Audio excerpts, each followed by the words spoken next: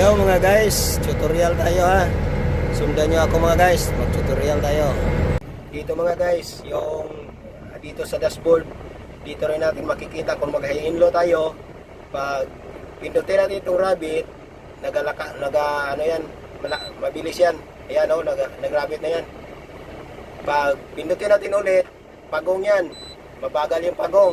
Yung kung gusto mo lang mabagal, ayan ang ano, yung gamit niya.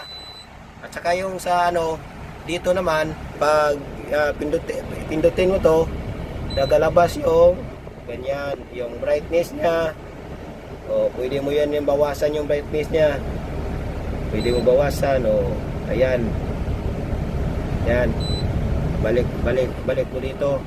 Yan pag ano pindot mo dito, yan naga-change ang ano. Oh, yan oh. Ayan. Pag ano mo, yung dito naman sa ano, sa ilalim, pag ipindot mo yan, ayan, naga-change yung ano. Pag ano, dito sa taas, nagabalik yan doon. Pag gusto mong iset yung oras mo, ayan, dito tayo sa clock.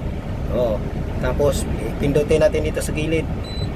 Oh, ayan, nakikita natin kung gusto nating ilipat ang oras natin o iset. Ito lang ito pa rin kung dito halimbawa dito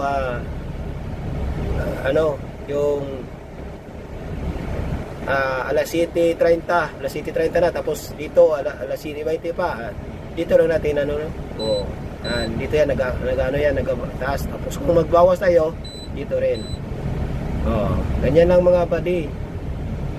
Gusto kayong matuto ng heavy equipment, ganyan lang. At sana kung balik tayo dito naman tayo, dito natin pindutin, tapos yung ibalik natin doon sa language para natin yung dito sa XLR, makikita natin dito yung sa makina. Ayun yung breaker, pwede rin mo ilipat sa breaker 2, breaker 3, breaker 4, breaker 5. Pero dito lang tayo sa breaker 1. Kasi yung malakas yung parang ano yun, parang kung sa makina pa pirmira. Yung naka-pirmira, yun. Yan lang mga guys. Simple lang yan. Ibalik natin sa language mga guys. Yan lahat yan mga guys, pwede mo iset. Pero kung gusto nyo isit, dyan lang yan makikita mga guys. Dito makikita yun sa loob. Yan lang mga guys, sana sundan nyo at